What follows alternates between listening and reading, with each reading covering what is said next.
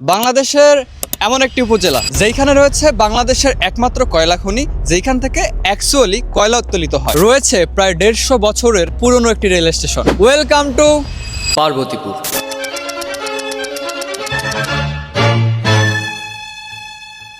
জানা যায় এই পার্বতীপুরে একজন রাজা ছিল।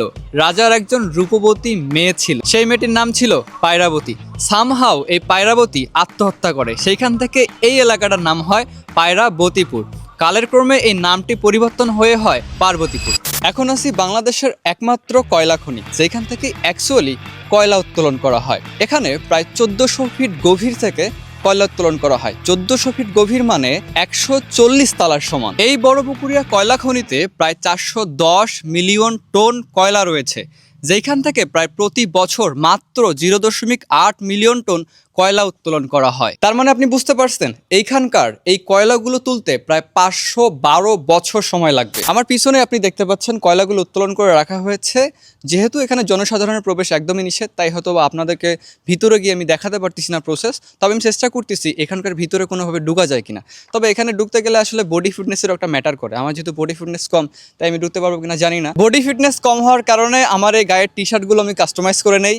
এই টি শার্টটা নিয়েছি ক্রাফট ই থেকে, আপনারাও চাইলেও সেখান থেকে নিতে পারেন। বড়পুকুরিয়া কয়লা খনির ঠিক পিছনে রয়েছে একটা লেক, এটাকে বলা হয় বড়পুকুরিয়া কয়লা খনি লেক। এই কয়লা খনি লেকটা নিয়ে একটা ছোট্ট ইতিহাস আছে। 2005 সালে যখন এখানে কয়লা উত্তোলন শুরু করা হয়, তখন এখানে প্রায় 4 শতাধিক বাড়ি নিয়ে একটা গ্রাম ছিল।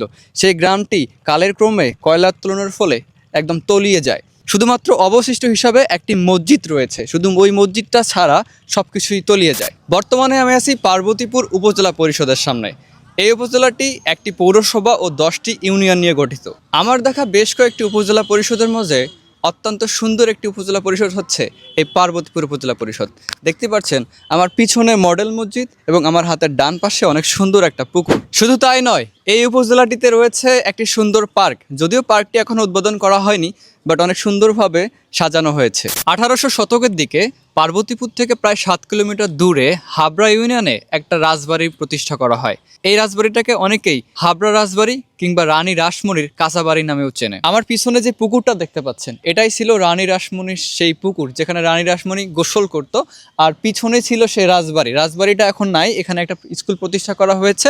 অবশিষ্ট রয়েছে একটি গাড়ি, শিব মন্দির ও গোবিন্দ মন্দির। একটা উপজেলা শহরে আসবো আর সেখানকার বিখ্যাত চা খাবো না, তা কি করে হয়।